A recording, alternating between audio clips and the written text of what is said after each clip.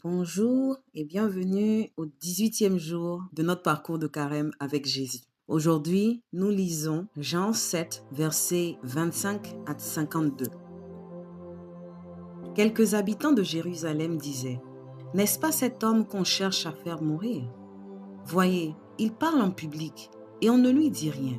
Nos chefs auraient-ils vraiment reconnu qu'il est le Messie?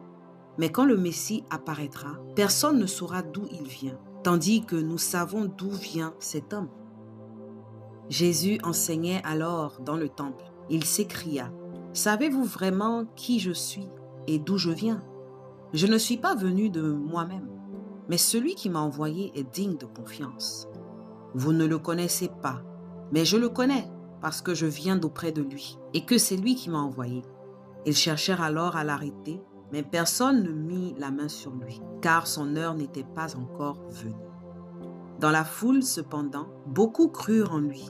Ils disaient: « Quand le Messie viendra, fera-t-il plus de signes miraculeux que n'en a fait cet homme ?» Les pharisiens apprirent ce que l'on disait à voix basse dans la foule au sujet de Jésus. Les chefs des prêtres et les pharisiens envoyèrent alors des gardes pour l'arrêter.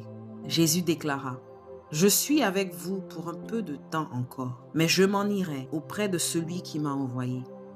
Vous me cherchez, mais vous ne me trouverez pas, car vous ne pouvez pas aller là où je serai. » Les Juifs se demandèrent entre eux: « Où va-t-il se rendre pour que nous ne puissions pas le trouver? Va-t-il se rendre chez les Juifs, dispersés parmi les Grecs, et apporter son enseignement aux Grecs? Que signifient ces mots qu'il a dit? Vous me cherchez, mais vous ne me trouverez pas, car vous ne pouvez pas aller là où je serai. » Le dernier jour de la fête était le plus solennel. Ce jour-là, Jésus debout s'écria: « Si quelqu'un a soif, qu'il vienne à moi et qu'il boive. Celui qui croit en moi, des fleuves d'eau vive jailliront de son cœur, comme dit l'Écriture. » Jésus parlait de l'Esprit de Dieu, que ceux qui croyaient en lui allaient recevoir. À ce moment-là, l'Esprit n'avait pas encore été donné parce que Jésus n'avait pas encore été enlevé à la gloire. Après avoir entendu ces paroles, certains dans la foule disaient: « Cet homme est vraiment le prophète. » D'autres disaient: « C'est le Messie. » Mais répliquaient d'autres: « Le Messie pourrait-il venir de Galilée? L'Écriture déclare que le Messie sera un descendant de David et qu'il viendra de Bethléem, le village où a vécu David. » La foule se divisa donc à cause de Jésus. Certains d'entre eux voulaient qu'on l'arrête, mais personne ne mit la main sur lui. Les gardes retournèrent auprès des chefs, des prêtres et des pharisiens qui leur demandèrent: « Pourquoi n'avez-vous pas emmené Jésus ?» Les gardes répondirent: « Jamais personne n'a parlé comme lui. Vous, êtes-vous laissé tromper vous aussi ?» leur demandèrent les pharisiens. « Y a-t-il un seul membre des autorités ou un seul des pharisiens qui ait cru en lui? Mais ces gens ne connaissent pas la loi de Moïse. Ce sont des maudits. » Nicodème était l'un des pharisiens présents. C'est lui qui était allé voir Jésus quelque temps auparavant. Il leur dit: « Selon notre loi, nous ne pouvons pas condamner un homme sans l'avoir d'abord entendu et sans savoir ce qu'il a fait. » Ils lui répondirent: « Es-tu de Galilée toi aussi? Examine les Écritures et tu verras qu'aucun prophète n'est jamais venu de Galilée. » Parole du Seigneur. Merci Seigneur pour tes paroles. Saint-Esprit, viens nous rejoindre. Viens là où nous avons besoin de toi pour mieux comprendre ta parole et pour mieux recevoir ce que Dieu veut nous enseigner en ce jour. Là, maintenant, les choses commencent à être agitées. Il y a le suspense qui est en train de grandir en moi. J'aime bien la dernière phrase du verset 28 qui dit « Vous ne le connaissez pas ». Ça, c'est Jésus qui dit « Vous ne le connaissez pas ». Bon, je lis tout le verset. « Savez-vous vraiment qui je suis et d'où je viens? Je ne suis pas venu de moi-même, mais celui qui m'a envoyé est digne de confiance. Vous ne le connaissez pas. » Jésus nous dit clairement que l'esprit ne nous habite pas et donc ça ne nous permet pas de le comprendre et de le connaître et de connaître Dieu le Père. Et c'est seulement celui qui a habité avec lui, qui est resté dans ses parvis, qui le connaît.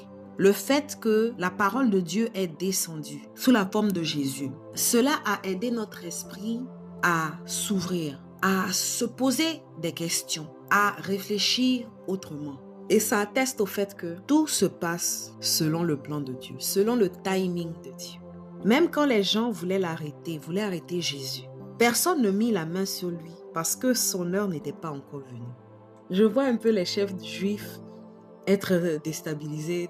Leur esprit n'est pas tranquille en fait. Et quand Jésus dit, je suis là pour un peu de temps, vous allez me chercher, mais vous ne me trouverez pas, car vous ne pouvez pas aller là où je serai. Et les prêtres et les pharisiens qui se demandent entre eux, où va-t-il se rendre pour que nous ne puissions pas le trouver? Que signifient ces mots qu'il a dit? Vous me chercherez, mais vous ne me trouverez pas, car vous ne pouvez pas aller là où je serai. D'abord, on doit se rappeler que Jésus est venu pour nous donner la vie éternelle. Et fast forward, quand il va mourir et avant de partir, il va nous dire, je vais vous apprêter une place. En fait, ça me fait sourire parce que j'ai de la peine pour ces pharisiens. J'ai de la peine pour les pharisiens, de la même façon que j'ai de la peine pour ceux qui ne croient pas en Dieu, ceux qui ne croient pas en Jésus. Le Seigneur nous promet la vie éternelle. Il nous promet quelque chose qui surpasse notre compréhension, qui surpasse tout ce que nous pouvons imaginer. Et on a toujours du mal à recevoir cette grâce. On a toujours du mal à recevoir l'amour de Dieu pour nous.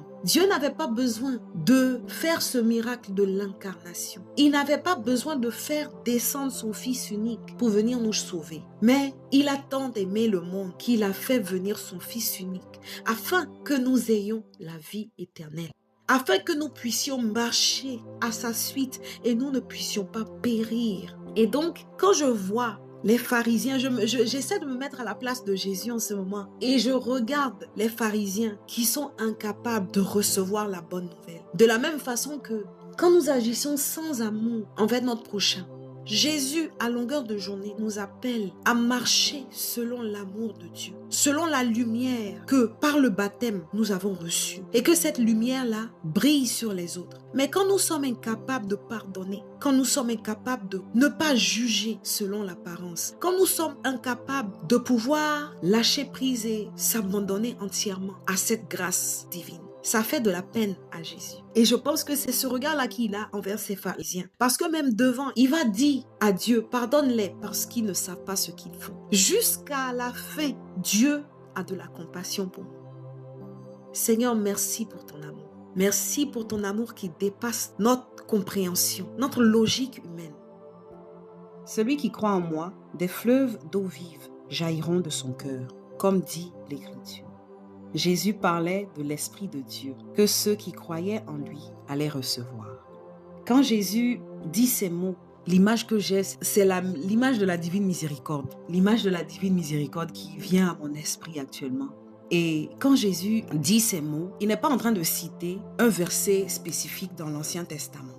En fait, c'est une synthèse de plusieurs prophéties qui sont trouvées dans Ésaïe et dans Jérémie et dans Zacharie, parce qu'on parle beaucoup de Dieu étant source d'eau vive. Et si on croit en lui, c'est comme un jardin arrosé où les eaux ne tarisseront jamais. Et donc cette image que Jésus nous donne, si on n'a pas cru en lui auparavant, que cela soit le dernier cri à notre cœur, parce qu'il est venu étancher notre soif. Il est venu nous donner la vie éternelle. Et quand nous avons ce fleuve d'eau vive qui jaillit de notre cœur, si nous le croyons, ça veut dire Dieu est amour. Dieu a donné son Fils unique qui est amour. Tout ce que Jésus enseigne tourne autour de l'amour. J'ai cette image-là que l'amour, c'est comme un arbre. L'arbre a ses racines. Racines qui puisent de la source qui est Dieu. Et les branches sont les fruits de cet amour. Donc la compassion, le pardon, la maîtrise de soi, la charité, etc. C'est cette image-là qui me vient à l'esprit. Le fait de faire jaillir autour de moi l'eau vive qui est l'amour. Cette image est très puissante parce que Jésus est le chemin, la vérité et la vie. Et ce qu'il cherche à nous faire voir, c'est la vérité tout entière, pas à moitié. Quand il parle de si quelqu'un te gifle, donne l'autre joue. C'est-à-dire on va au-delà de ce qu'on peut supporter juste par amour. Et tout est possible avec Dieu. Quand on traverse des situations difficiles, en tant que femme, en tant que mère, en tant que sœur, en tant qu'épouse, on peut seulement supporter ces douleurs grâce à Dieu, qui nous fortifie. Donc aujourd'hui, je vais demander que le Seigneur fasse de moi une sorte de récipient pour que déjà j'ai l'amour de Dieu en moi, j'ai l'Esprit de Dieu en moi et que l'Esprit de Dieu me fortifie dans tous les compartiments de ma vie. Et que les circonstances de ma vie Ne change pas mon cœur. Ne fasse pas tarir l'eau que Dieu a mis en moi, l'amour que Dieu a mis en moi. Mais qu'il atteste à son amour pour moi en me donnant la force de pouvoir tenir bon. Et que les gens puissent être rafraîchis par cette eau vive qui jaillira de mon cœur. Seigneur, rends-moi différente. Ce parcours de carême, je veux un cheminement sincère. Un cheminement qui ne cherche pas à plaire à qui que ce soit, mais qui cherche ta face, qui cherche véritablement à te plaire et à prendre ta parole, à la comprendre, à me nourrir, à étancher ma soif et à donner de cette même eau à mon prochain qui a du mal à t'accepter. Je te cède la place, Seigneur, au nom du Père et du Fils et du Saint-Esprit. Amen. Très bonne journée à toi.